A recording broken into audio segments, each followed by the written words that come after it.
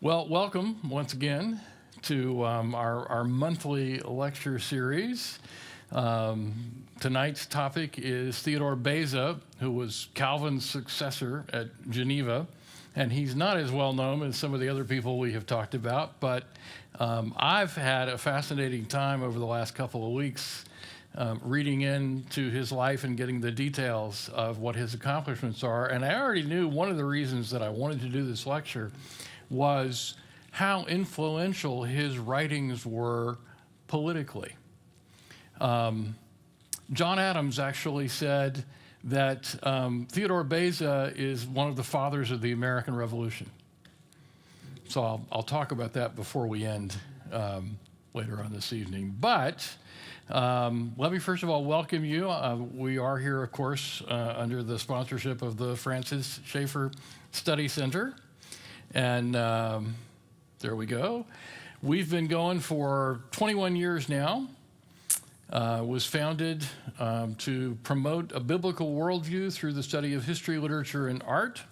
And we did it in honor of Francis Schaeffer, who I continue to believe is one of the most important theologians of the 20th century, and who really did believe that all truth is God's truth. So in addition to doing things like sponsoring this lecture series, we also have a high school program that's built around a chronological study of Western civilization. We begin with our ninth graders doing a study of the ancient world, and we finish with our seniors. We finish up with the 20th century. Actually, we're going to have to start extending that into the 21st because we're about to complete a quarter of the century here. So it's time to start talking about our history. But our graduates have gone on to study at Vanderbilt, all of the UT system campuses, Belmont, Lipscomb, Austin P, Covenant College, Bryan College, Gordon College, and we have a rocket scientist amongst our graduates. Actually, not a rocket scientist, but one of our students went to the Air Force Academy and went into Missile Command. So one of my students has his finger on the button, which actually does not bother me. He was a good student. So I am Rob Shearer, and a little bit about myself. My darling wife is back here in the back. We've been married for 48 years. We have 12 children and 22 grandchildren. I am, by inclination and calling and passion, a teacher and a historian. I did my undergraduate work at Davidson College in North Carolina. I did a master's at Stanford University. I've taught college and high school for the last 20 years. I guess I've been teaching mostly high school students. I've done a few other things with other hats along the way, especially here in Mount Juliet. We have a little publishing company, and together with my wife, we are the co-directors of the Francis Schaeffer Study Center. So I'll get started here, and I altered the wording of this question because it used to be, what's the most important thing you know? And now it's, does anyone know anything about Theodore Beza? It's actually a question. Was Theodore Beza the guy that is sort of connected with what we understand now as confusion about Calvinism and what that actually means? Good question. And if you read into the historiography of Calvin and Beza, you get that a lot. And for a while, that interpretation, the question was, is Beza responsible for some confusion or alteration in Reformed theology? Did he take Calvin's theology and change it, make it more rigid? Did he originate, the 5 points? All of which is not true. In fact, he gets blamed for a lot that he really shouldn't be. And I think I'll show you. And the later scholarship, the more recent scholarship, still only in a few articles, not yet a really good, modern, up-to-date biography of him. I'll talk about that in sources in just a minute. But he really is a faithful successor. Calvin handpicked him as his successor before he died. And he was the moderator of the Company of Pastors in Geneva for 40 years.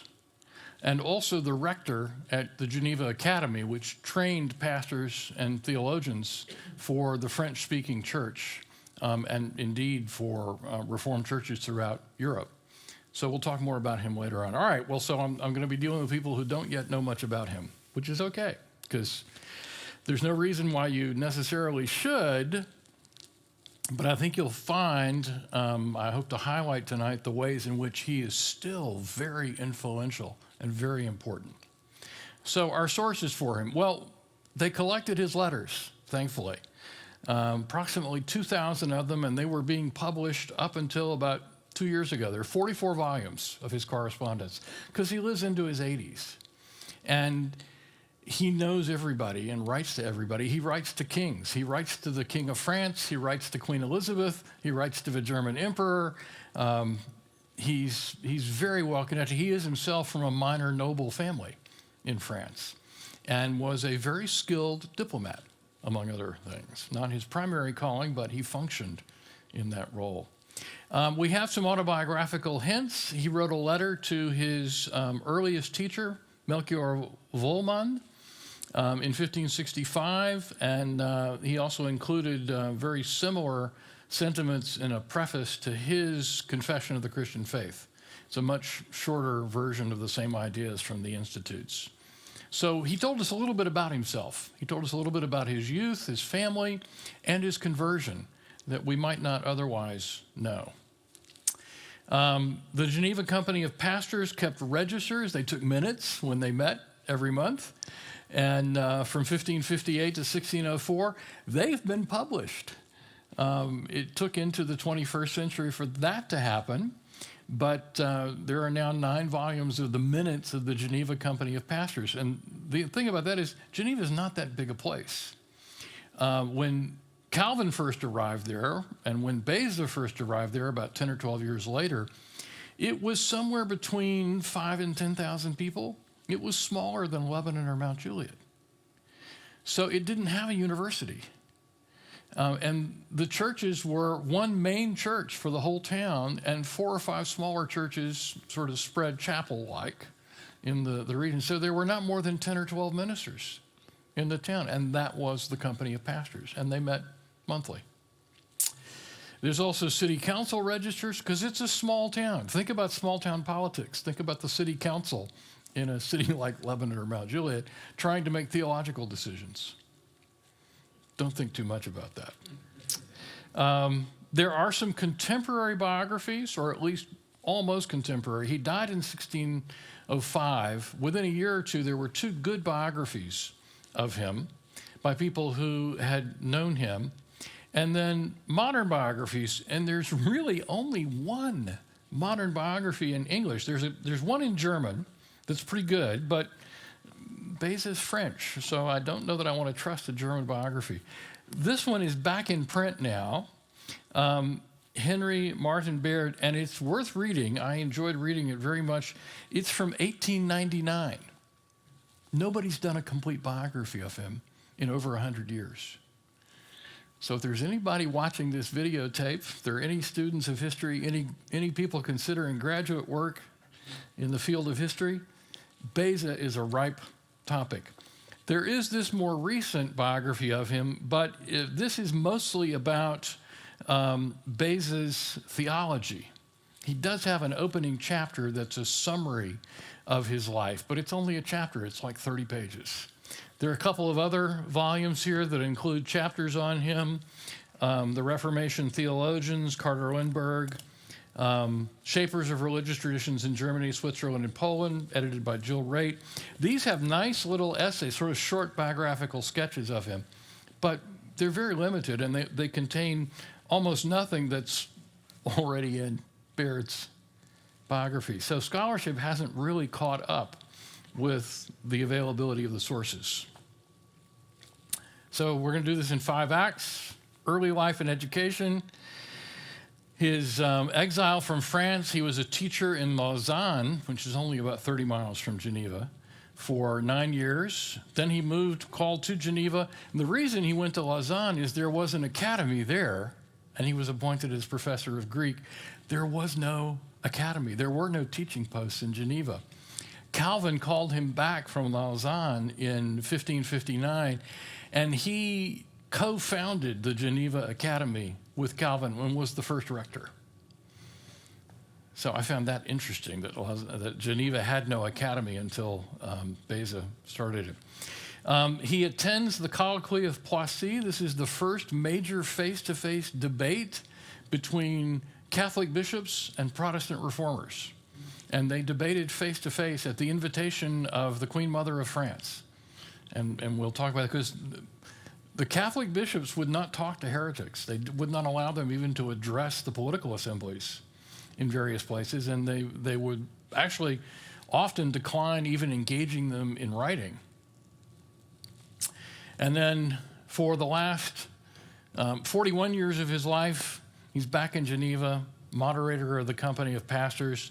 Key dates, the Synod of La Rochelle in 1571, which he leaves Geneva and goes to La Rochelle, which is on the Atlantic coast of France.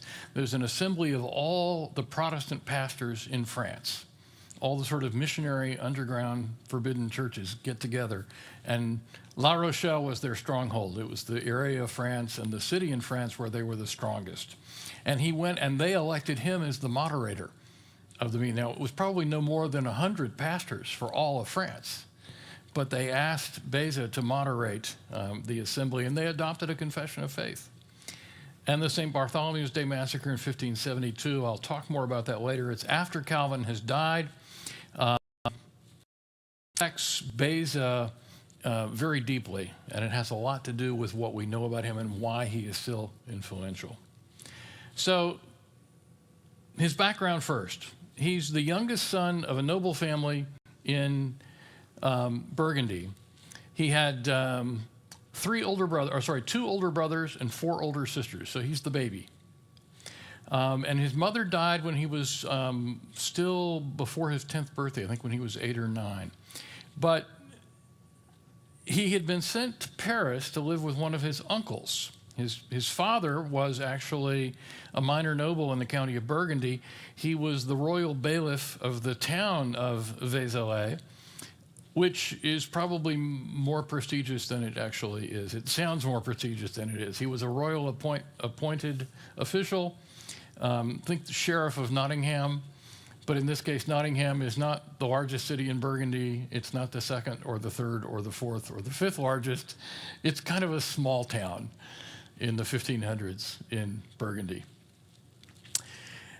After only a few months in Paris with one of his uncle had a friend with a son who was the same age as Beza, and his friend said, "Oh, I'm sending my son to Orléans to live with and be taught by a famous German humanist there who's just started a school." And Beza's uncle said, "Well, that sounds great, and I know who Volmar is, so could my son go with your son and study at the same school?" So he goes to Orléans from Paris. It's not that far. It's 100 miles. And he not only does he enroll in the school that has been founded by Volmar, but he goes to live in Volmar's household. And he credits Volmar as his teacher and second father. And he credits Volmar with having led him to the gospel, because Volmar was one of these Renaissance humanists who was moving beyond teaching classical Latin and the Latin of the Roman Republic. He's teaching Greek. And he's one of the sort of cutting-edge scholars at the time. He's a master of the Greek language. And he teaches Beza Greek starting from the time he's 9. So that Beza becomes a very accomplished scholar in both classical Greek and classical Latin. Volmar was invited by Margaret of Angoulême to Bourges in 1530. Beza accompanied him. Oh, by the way, from 1528 to 1529, first 2 years when he's 9 and 10 in Orléans living with Melchior, a 19-year-old student from Paris showed up because he also wanted to learn Greek and was taught by Volmar. And that would be John Calvin was taught Greek by Volmar. There's no documentation that they met each other or knew each other, but they had to have met each other. Beza was living in the household. He was 9. Calvin was 19 and a student of Volmar. They had to have met each other. It's not clear. I mean, a 9-year-old and a 19-year-old student from the university, they might not have interacted. but they almost certainly met each other, knew who they were. 1534, there's a crisis in France. The king condemns the followers of Luther. Volmar says, I'm out. This is not looking good. And so I am going to go back to my native Germany, to a Protestant city, to Tübingen, where they have adopted the reforms of Martin Luther. Beza goes back to Orléans and at his father's request begins to study law.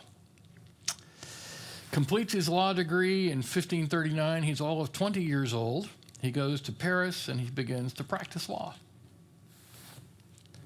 And here's sort of what that looks like. There's the county of Burgundy, sort of south and slightly east of Paris, towards Switzerland. Geneva is right down here in this little tip.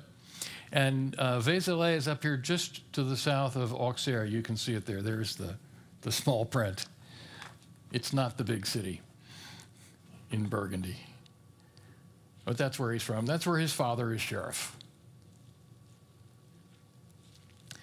The other reason I switched maps here, though, is these are the modern boundaries of France, Italy, Germany, Belgium, Switzerland. These are what the boundaries looked like in the 1500s. So the boundary of Germany in the 1500s was not the Rhine River. All of the cities in the Rhine Valley, here's the Rhine. These cities were all German. Strasbourg was German. Basel was German. The boundary with France was much further west. And Geneva is actually bounded by Savoy in the south, France, and this is labeled Germany, but really the Holy Roman Empire is what it would be called. And these arrows sort of show, here's where Beza is born, here's Paris, here's Orléans, here's Bourges. The places where he studied with Volmar. By the way, I've added to the list of people I want to go interview when I get to heaven. I not only want to interview Martin Luther's fifth grade teacher, I want to go talk to Volmar, Melchior. So in 1548, he's 29. He's got a law degree. He's practicing in Paris. His uncles are well connected. One uncle is the abbot of a monastery, and the other uncle is actually a judge in Paris. He's also become a poet because of his skill with languages. And his first book of poetry is about to come out at 29. And suddenly, he falls deathly ill. And he says in his letter that he wrote later in life to Mr. Volmar. See if I can get it up here.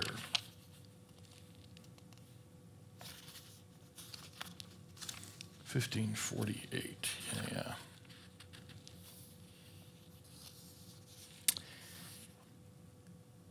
What should I do, wretched man that I was, when I saw before me naught but the terrible judgment of God? What more shall I say? After infinite tortures of mind and body, the Lord, pitying his runaway slave, so consoled me that I entertained no doubts of the concession of his pardon to me. Therefore, I renounced myself with tears. I asked for forgiveness. I renewed my vow openly to embrace his true worship. In short, I consecrated myself wholly to him. Thus did it come to pass that the image of death, seriously confronting me, excited in me the desire of the true life that lay dormant and buried. And that disease was for me the beginning of a true soundness. So wonderful is the Lord, in that he casts down and raises up, wounds and makes whole again his children by one and the same stroke.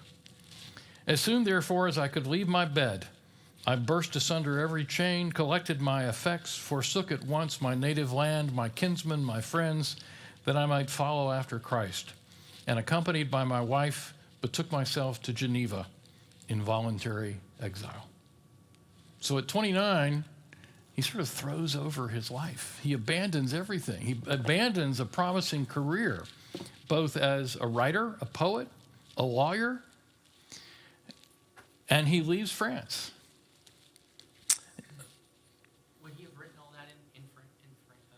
His poetry is in Latin, but because of his familiarity with classical Latin, he's eloquent and gifted in all three languages.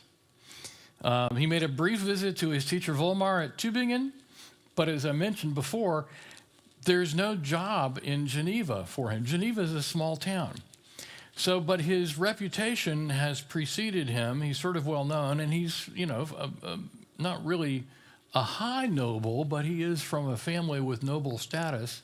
And so he is actually contacted by the city of Lausanne, who already have an academy, and asked if he would be professor of Greek.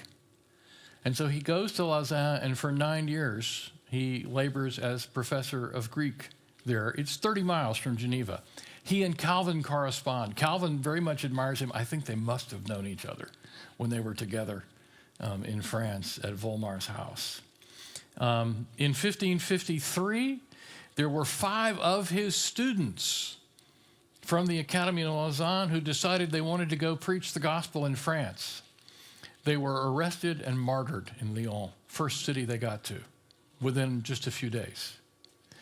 And that had to have made an impression on him. But he was at the charge of the city council of Lausanne. The academy was given the mission of training those who could pastor Protestant churches.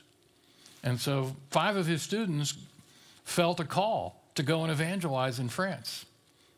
And were all 5 martyred.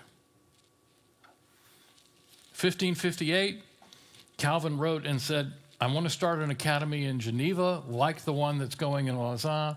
I want you to come and teach here. Actually, I would like for you to be the rector, for you to be the president of the university. And so he and Calvin co-founded the Academy of Geneva. He's 39 years old. He's also ordained as a minister for the city of Geneva and admitted to the company of pastors. And he and Calvin then are sort of partners for the rest of Calvin's life. Calvin dies in 1564. So only for 6 years. Calvin dies young. Calvin dies in his 50s. And he's only 10 years older than Beza, ordained as a member of the Geneva Company of Pastors. So here's what's happened. He's fled Paris to Geneva and Lausanne, and now back to Geneva. 1561, just after he comes back to Geneva and takes a position there as the rector of the academy and a pastor in the church, the Church of Saint-Pierre, St. Peter's. There's a St. Peter's in Rome, there's a St. Peter's in Geneva, but it's French, so it's Saint-Pierre. He gets this invitation to come to France and to represent the Protestant cause in an open debate before the King and Queen of France with the bishops of the Catholic Church. And he's sort of everybody's unanimous choice. A lot of the pastors whom he had trained in Lausanne are going, we want this guy to come and represent our side in the debate. He had been invited by the King and Queen of Navarre to preach, so they backed the call. Everybody says Calvin should not come. They'll only kill him. They'll try and make a martyr of him the way they tried with Luther. But Jeanne d'Albret, the Queen of Navarre, was converted to the Protestant cause, and she's backing Calvin and sponsoring him. She raised her son, Prince Henry of Navarre, as a Protestant. And here's the reason for this colloquy. There's been a change of power in France. In 1559, King Henry II had died. His son, Francis II, only ruled for a year. And then my students are always amused at this. He died of an earache. He got a really bad infected ear, and it killed him. The crown passed to his younger brother, Charles, who was 10 years old. So the widow of King Henry II was the regent. That is Queen Catherine de' Medici. She is from the Medici family of Florence, Italy. One of her cousins had been the Pope and had arranged her marriage to King Henry of France. So Queen Catherine calls for a public colloquy with the leaders of the Protestants in France. Beza went from Geneva as the head of the delegation. Now, interestingly, to sort of set this in context, 1559, 1558, there was a lot of political upheaval in Europe. Mary Tudor in England had died in 1558.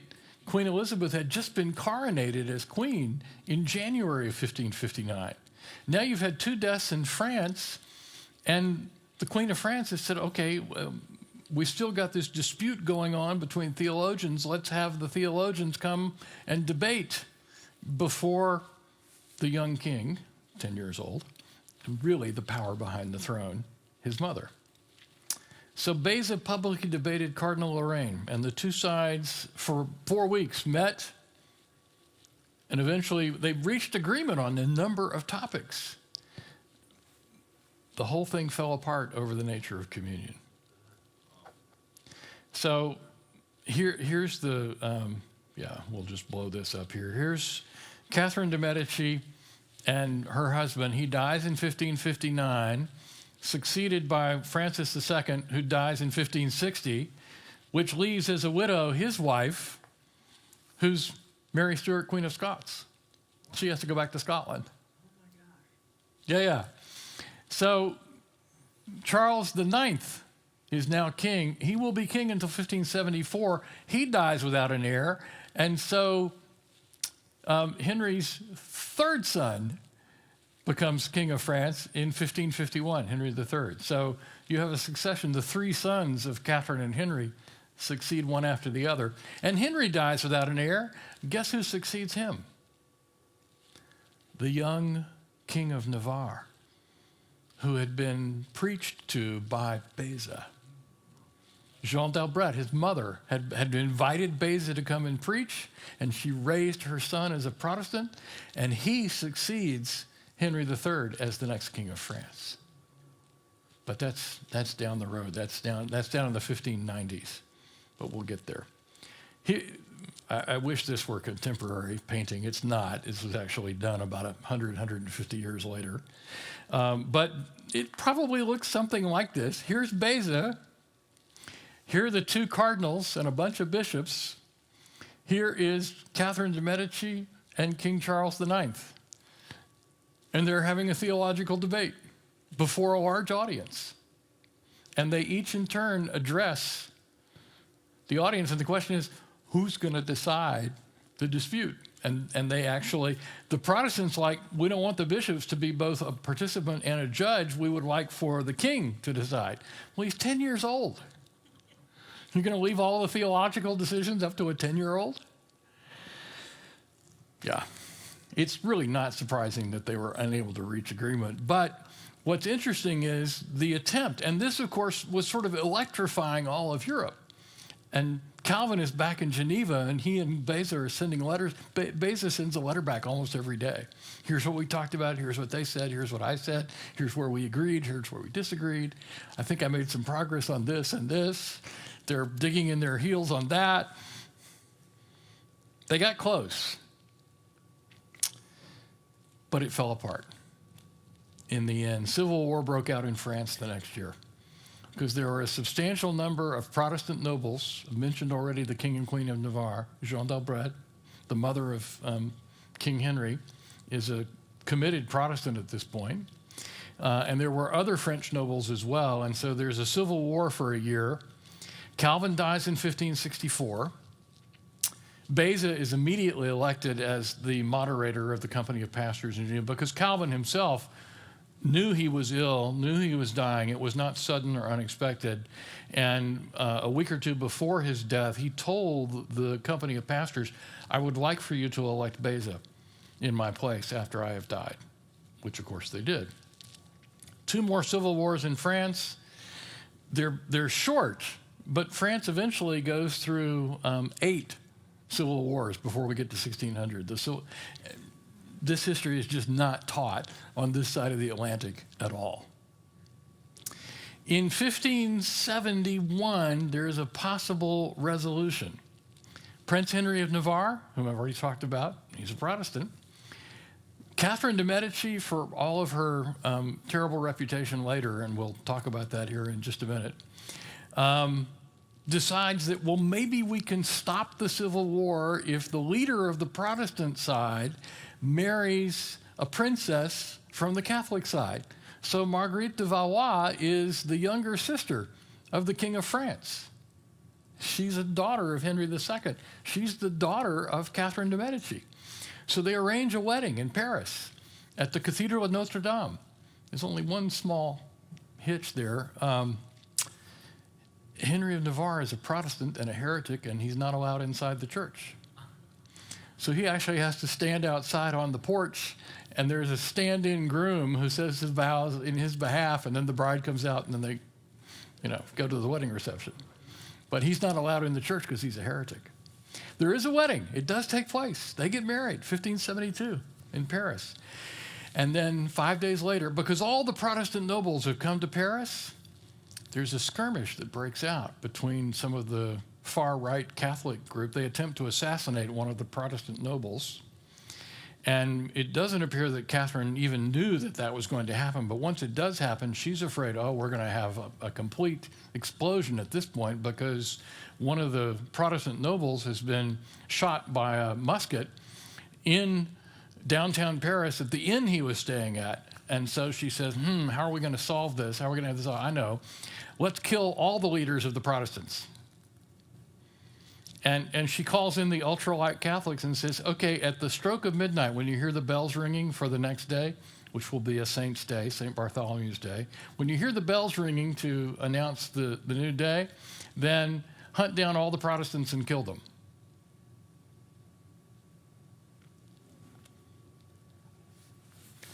And it's come down to us historically now as the St. Bartholomew's Day massacre. And Catherine certainly was behind this.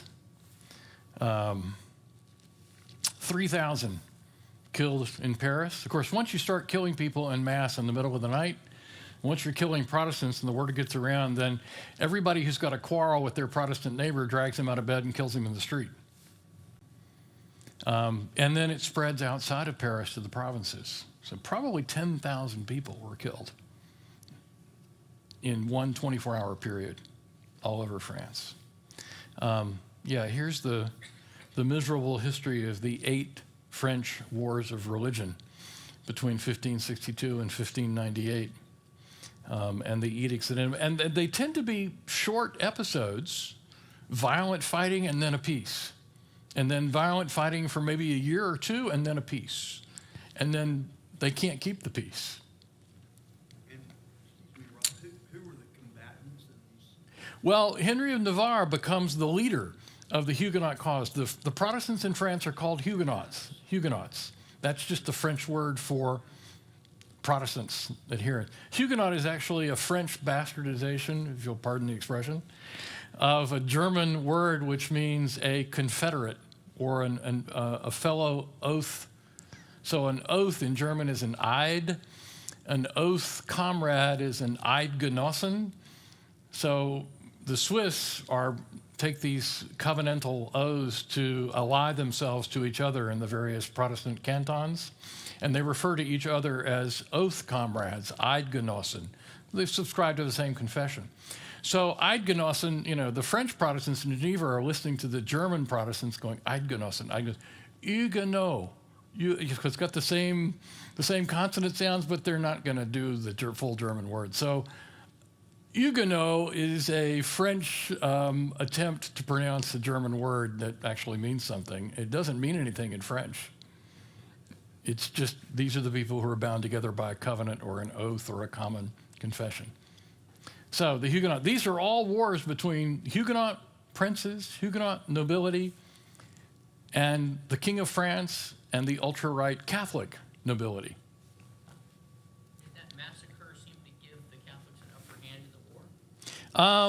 Yes, temporarily, because it was Henry of Navarre's wedding, and he's made a prisoner. He's under house arrest. He and his new wife, some honeymoon. They're locked into a castle for about a year, and he finally escapes. Catherine gave orders that he was not to be killed. They locked him in his rooms in the palace.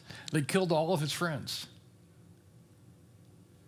And this is, again, I wish this were, historically I heard, but there was no CNN, there were no broadcasts.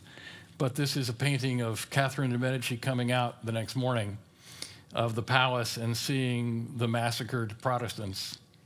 Did the Pope get involved with any of the politics of The Pope struck a commendatory medal and celebrated a celebration mass in Paris and sent a proclamation and a decree praising Catherine as a defender of the faith. There's a probably apocryphal saying about Philip II, King of Spain, of course, who'd been married to Mary, Tudor Mary, Bloody Mary, not Mary, Queen of Scots, and he was a very, very stiff, dour, proper king of Spain, reportedly never known to have smiled in his entire 50-year reign, except once, when they brought him the news of the St. Bartholomew's Day massacre. He is supposed to have smiled. This shapes Protestant Catholic relations for 50 to 100 years. It is the whole reason why Elizabeth cannot marry a French prince. One of the other sons, the son who did not become King of France, Hercule Francois, came to London to court Elizabeth after the St. Bartholomew's Day massacre.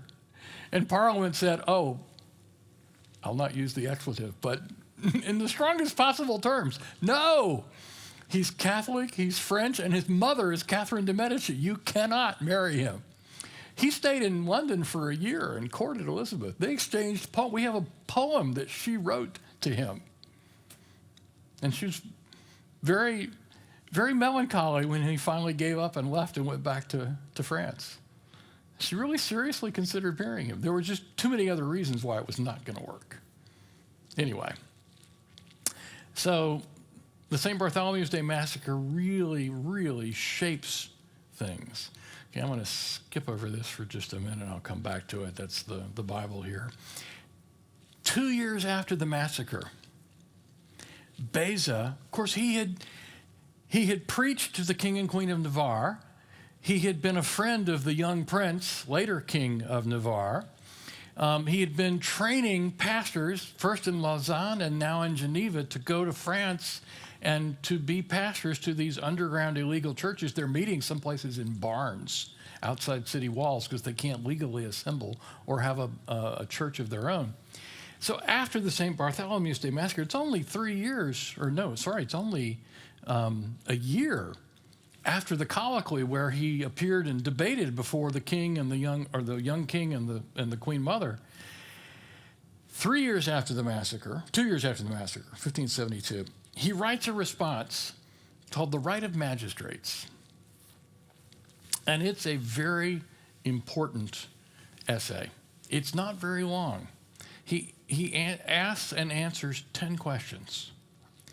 Must magistrates always be obeyed as unconditionally as God? And he gives a very short, 2 or 3 paragraph, but very well biblically supported answer, which of course is no. Is a magistrate held responsible to render account of all his laws to his subjects? How far are they to presume such laws to be just?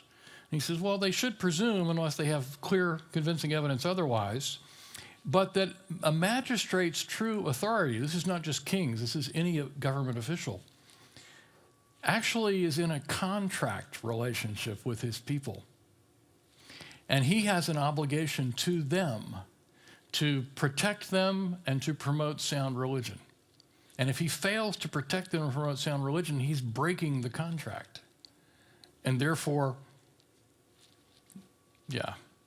how far must obedience be rendered or refused to unjust or impious commands? And he says, well, not at all. Not at all.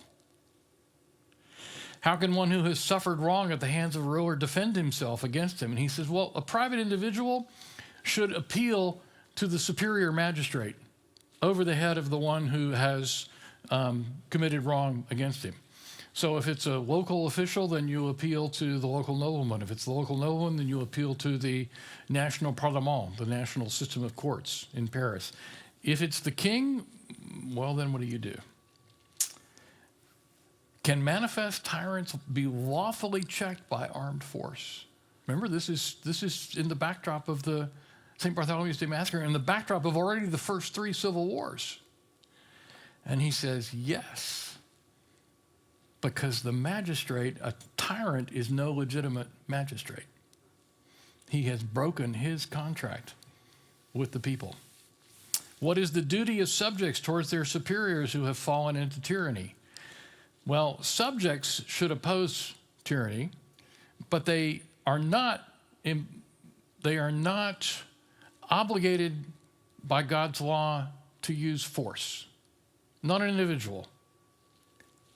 But a magistrate who has a magistrate above him who has become a tyrant, he not only can oppose with force, he has an obligation to use whatever force he is commissioned with at his level to oppose the tyranny from the one above him. What may be done against unjust oppressors? As a private individual, nothing. But as a magistrate, you not only can, but you have an obligation. Whether subjects can contract with their rulers. This was a hot topic, obviously, in the 16th century. Does the king derive all of his legitimate power from God directly? Or does his power derive from the consent of the people? Is he in some sort of contractual arrangement with his people? Beza says he is in an arrangement with the consent of the people. And he actually goes back and shows biblically how this was true even for the kings of Israel and Judah. That even when David was anointed by Saul, he was still presented to the leaders of the tribes for their affirmation as king. It's very, very interesting. Whether those who suffer persecution for the sake of their religion can defend themselves against tyrants without hurt to their consciences. If they are following the lead of a magistrate, yes. And here's sort of a summary of that. The most important ideas, the ideas from that essay that have come down to even the 21st century are still influential. The covenantal origin of political authority, it is just woven through these 10 questions. That power comes from God through the people in a mutual covenant between the people and the rulers. Rulers are not absolute owners of power. They are elected or accepted by the people as trustees. And he does his very best to actually bring biblical examples to bear and to show that. The purpose of government is the glory of God and the good of the people. This is why governments exist. And it's very much straight out of Paul, chapter 12. What's the purpose of a magistrate? To restrain sin and wickedness, to punish evildoers. Magistrates have to protect true religion and promote justice. If they do the opposite, they cease to be legitimate magistrates. Tyranny is not a legitimate magistracy. A ruler who systematically violates God's law and oppresses the people is no longer a true magistrate, but a tyrant. He's now a private person who has forfeited his office. And here's the one that comes down to American political thought in the 18th century. Inferior magistrates have a duty, not just the right or the possibility, they have a duty to resist tyranny. The right and duty of active resistance belongs not to private individuals, but to lesser or constitutional magistrates. For example, estates, parliaments, nobles, elected officials who represent the people. And this is the single most influential idea of this essay by Beza on the right of magistrates. It supplied the legal constitutional justification used by the Huguenots in their opposition to the Catholic kings, to the Scottish Covenanters, they cite Beza. The Dutch rebels against Spanish rule, they cite Beza. English parliamentarians in the rebellion against King Charles cite Beza. The American revolutionaries in 1776 cite Beza as the authority for their resisting the tyranny of George III. Well, excuse me. Yeah. Well, I did to ask him this later.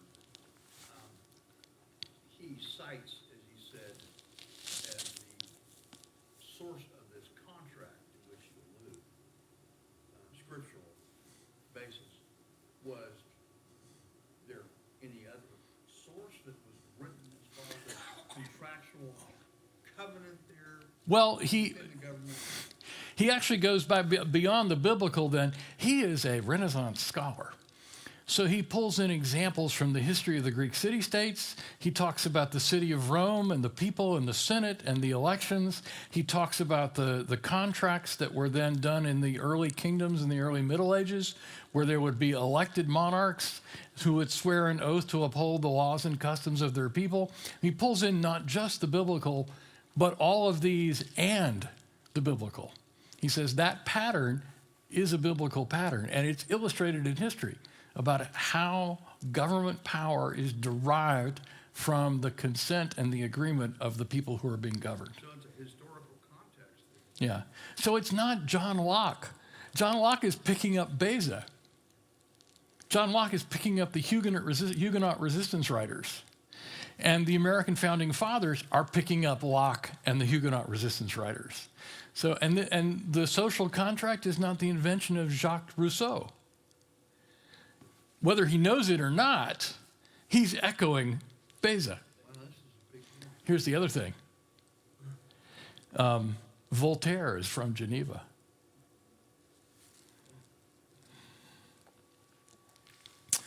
All right, resistance must be orderly and corporate. Private citizens may not rebel on their own. This is Beza's instruction to the Protestants in France. Resistance must be led by officially constituted authorities acting in their public capacity. This distinction is important, I think, for a couple of reasons. Number one, it absolutely underlies the actions of the colonial legislatures in the American Revolution. And it is what distinguishes the American Revolution from the French Revolution. The French Revolution is led by renegades. It's a popular uprising, it's anarchy. The American Revolution is led by the colonial legislatures, who are these lesser magistrates that Beza has outlined and discussed. The people that retain the right to depose a tyrant. He actually does go this far. He doesn't really get into it. He doesn't actually justify or advocate tyrannicide, but it's certainly, not directly, but I think he would countenance through their representatives. He would have approved of Bonhoeffer. He would have said Bonhoeffer was right. And religious liberty versus idolatry. Magistrates must suppress open idolatry and blasphemy, but he defends the right of true believers to worship according to conscience when the supreme ruler commands idolatry. He was able to tolerate, because there's already some divisions in the Protestant camp. The Lutherans and the Reformed, the Calvinists, that Calvin hated that, but within his lifetime and certainly after his death, the followers of the French tradition are being identified as Calvinists, and the followers of the German tradition are being identified as Lutherans. Neither one of them would have approved of their name being used that way. But he says, so if you agree on the essentials, government shouldn't suppress some differences in minor emphases, even theological differences about things like, is communion symbolic or is there a real presence? He says, but idolatry and blasphemy should be suppressed by the civil government. That's a little controversial, I think, in American political thought, but yeah. There's no unconditional obedience. Romans 13, be subject to the higher powers, applies only to legitimate magistrates, not to tyrants who are commanding sin. It is a very good biblical exposition, going back and talking about the midwives in Pharaoh, talking about Rahab disobeying the rulers in Jericho, talking about the Jews in exile, Shadrach, Meshach, and Abednego. My favorite new theme verse is Daniel 3:18. As for us, O king, we will not serve your gods, which was an act of disobedience. As for us, we will not serve your gods. There it is. There's a rebellion right there. Well, not an armed rebellion, but a disobedience to authority. The balance of Beza's life. Well, I knew this was going to happen. I got started about the right of magistrates. I was going to run out. From 1574 to 1605, he continues as rector of the Geneva Academy, the moderator of the Geneva Company of Pastors. He goes back to La Rochelle in 1581 as part of a delegation from Geneva. This is not a synod. This is not a religious assembly. This is a political convention where the Huguenots are trying to organize themselves, and they select Henry of Navarre as their political leader. And of course, he had known Henry of Navarre since he was a child and had taught him and preached to him and been in close contact with him. He continues his biblical scholarship. The Textus Receptus, I showed this to you earlier. This is, at this point, one of my prized possessions. This is a copy of a Greek New Testament that he edited and published in 1565 in Geneva, and this is every book of the New Testament. He took the Greek text that Erasmus had published 40 years before, and he had access to some other manuscripts as well that he used to collate and correct Erasmus. He said Erasmus didn't get everything exactly right. And so this is from the best manuscripts that he could find, the Greek text of every book of the New Testament, his own Latin translation, which is very elegant and classical, his own notes in the margin. In 1608, when King James of England agrees with the Puritans that they will do a new translation of the Bible into English, the king, by royal decree, says, and I want you to use the Greek text of Theodore Beza. So this is the Textus Receptus behind the King James Bible. And this is an original edition. This is now 1565, let me think, 480 years old? Yeah, and still in good shape. Rob, is the King James Bible significantly different? Well, it's the English translation of the Greek text. So the English of the King James Bible follows this Greek text. We have more manuscripts available now that were not known in 1565. The Codex Sinaiticus, the Vaticanus, they were not published at this time. So this Greek text has actually been updated and amended now by some older manuscripts that have since been discovered and published. Vaticanus was in Rome, but they wouldn't let anybody actually go through and publish the whole text. Erasmus knew about it, and he actually wrote the librarians at the papal library because he had 4 or 5 manuscripts, some of which didn't agree with each other, and he knew Vaticanus was a 4th century text, and he asked them, hey, these 5 verses, could you tell me what your Greek text says? And they wrote him back and told him, and he took that into account when he figured out, how to collate all his manuscripts. Sinaiticus was not discovered until the middle of the 19th century at St. Catherine's Monastery in the Sinai, and went to parts of it in Germany, wound up in the Tsar in Russia because the monks were Greek Orthodox. And so, it wasn't going to go to Constantinople because that was now Istanbul and a Muslim ruled by the Turkish Sultan. But the Tsar of Russia wound up with the Sinaiticus. And then after the Russian Revolution, when the communists were running out of money, they agreed to sell it to the British. And there was a popular national subscription all across the UK to raise the money to buy Sinaiticus and bring it from Russia. It's still in the British Museum. And it's one of the, Sinaiticus and Vaticanus are both from the 4th century. They're from the early 300s. I think some scholars agree with me, not all of them, that those copies were commissioned by Constantine. We know Constantine commissioned Eusebius to make 100 copies of the New Testament scriptures for the churches of Constantinople. They're in 2 different scribal hands. So Vaticanus and Sinaiticus are 2 different handwritings. But if you're going to do 100 copies, you're going to have to hire more than one scribe. It's not one scribe going to sit there and make 100 copies. He's not going to live long enough. So anyway, that's a whole other. But Beza sits in this tradition as a very important scholar. Is that considered part of the Geneva Bible? No, the Geneva Bible is an English translation. Okay. And it had already been printed. I've got a page from a first printing of the Geneva Bible. It had already been printed. It closely follows Tyndale's translation.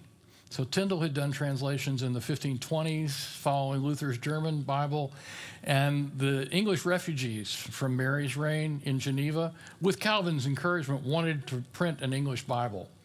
It's printed, let's see, when did it start? Beza would have been there, but Beza didn't speak English. So he really didn't probably have much input. He probably shared with them the Greek manuscripts, and he could help them explain Greek to them if they spoke Latin, which the translators did, but he didn't speak English. So, until the 1590s, Beza preached 3 to 4 times a week at Saint-Pierre. 1600, he retired as sort of an honored elder statesman for the last 5 of his life then. He died in 1605. He died 2 years after Queen Elizabeth. When he died, James was already King of England.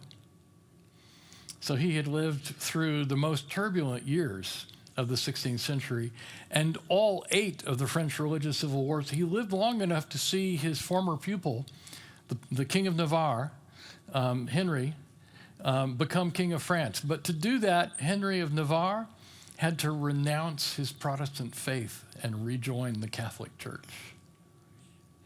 And he did 2 things. He said, well, because he'd been fighting for 20 years, and he had Paris under siege. But he said, I don't want to kill everybody in Paris. And he finally said, you know, Paris is worth a mass. I'll go attend mass if I can put an end to the war. And so he opened a correspondence with the Bishop of Paris and said, I wish to be received back into the Catholic Church. I'll take the oath. I'll celebrate the sacraments. I'll become a member in good standing. And then after he's king, and that leads all the other nobles to put down their arms, he's recognized as the king. The civil wars come to an end. He then issues a very important royal decree for all of France, the Edict of Nantes. And the Edict of Nantes grants toleration to all the French Protestants. It guarantees their equal protection under the laws of France, their access to the courts, their right to have their own churches and their own pastors, and to be on an equal footing. So from that point on, Catholic and Protestant are on an equal footing in France. And that's because of Henry of Navarre, Henry IV. And he's actually assassinated by a fanatical Catholic about 5 or 6 years later. And his grandson, Louis XIV, in the 1680s, revokes the Edict of Nantes and tells all the French Protestants, you either rejoin the Catholic Church or you can leave. And so something like 500,000 French Protestants left France in the 1680s. A large number of them went to the Protestant states in Germany. A large number of them went to England. And a large number of them came to the Carolinas in the New World. That must have devastated the economy. Oh, yes, because the Huguenots were the urban middle class. Okay. They were wealthy. They were merchants and shopkeepers and business owners. They had money. And 500,000 of them said, okay, fine, we're not becoming Catholic again. We will leave. And yeah, it crippled France. It crippled France economically and intellectually for quite a long time. So I'm descended for some of the Carolina Huguenots. And from some of the Scots, and from a German couple from Hamburg who were Jewish. So I got a little bit of everything, and then English, and I think there's Italian in there somewhere. Would you have probably left too if you were there at that time? Oh, that's speculation I hate to go through, you know, because you're giving up everything. You know, you can take if you can liquidate your wealth, but if your wealth is in property, that's not going to be easy. And so it was economically difficult. But for 500,000 people to leave is pretty remarkable. There are 2 Huguenot churches in downtown Berlin, because that's Prussia. That's one of the Protestant German states that the Huguenots went to. So he dies October 1605 at the age of 86. He's buried in the common cemetery of Geneva. He wanted a private funeral with no eulogy, and the city council disobeyed his wishes, and they held a very public funeral for him, a celebration. But his grave was, like Calvin's, unmarked. It's the public cemetery, and we don't know where either of them were buried. We just know the name of the cemetery. So that gets me through tonight. Thank you for coming. I'll come back to this in a minute, but anybody have any other questions? Your questions have been great, by the way. You've helped me highlight some of the important facets. I hope you see now why I centered on him as someone we ought to talk about after Calvin, because he's extremely influential, very much read, and now sadly forgotten. Yeah, and Tulip comes out of the Dutch Calvinists 60 years after he dies. Tulip, he is like Calvin. His Confession of Faith is like Calvin's Institutes. It is a commentary on the Nicene Creed. It's organized on God the Father, Jesus the Son, the Holy Spirit, and the Church. Those are the 4 books of the Institutes. You can read through the Institutes all day long. You won't find Tulip in it. Now, he believes in predestination. He believes in total depravity. He believes in unconditional election. You probably can find support for limited atonement and irresistible grace, but none of those are central to what he's doing. The central doctrine for Calvin and for Beza is the sovereignty of God and salvation by faith through grace. That was the focus of his writing. It was the focus of his preaching. He did not, and he believed in predestination, but it was not the focus of his proclamation of the gospel. For him, it was an incidental doctrine, not the central doctrine. And so, yeah, sometimes I've heard people, and in fact, I've repeated it to my regret and chagrin, that Beza brought back the teaching of Aristotle and sort of corrupted the teaching of theology at the Geneva Academy. And I've since discovered that's not true. It's actually not true for Luther either. Luther did not ban the teaching of Aristotle at the University of Wittenberg. He banned it from the theology faculty. He said, we're not going to have anybody in the theology faculty debating points of theology and appealing to Aristotle as an authority. Now, should we read Aristotle? Absolutely. Should you read and study the ethics of Aristotle, the Nicomachean ethics? Yes, it's worthy. It's important. It's very much encouragement. It's very much human wisdom that corresponds with biblical wisdom on many points. But I don't want anybody in the theology faculty appealing to Aristotle to settle a theological problem. And Calvin felt the same way, and Beza felt the same way. But at the Academy in Lausanne, at the guy's a Greek scholar. At the Geneva Academy, they teach, in the philosophy department, they teach Plato and Aristotle. So this idea that somehow Beza did something that Calvin wouldn't have liked, there's no evidence of that. Calvin handpicked him, and Calvin had known him for 15 years. Calvin may have known him since he was 10 years old. And Calvin handpicked him. And they co-founded the Geneva Academy. By the way, it's one of the largest universities in Switzerland now. It has 15,000 students. It's the University of Geneva. And they in their list of the rectors, the heads of the university, Theodore Beza is the founding rector of the University of Geneva.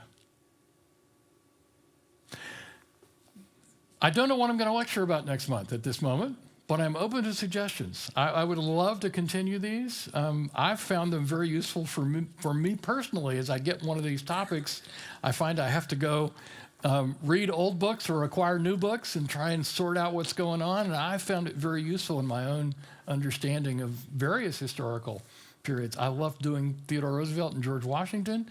I love doing Luther and Calvin. I love doing Alexander the Great. So if you have suggestions or ideas, let me know. Did you do Napoleon?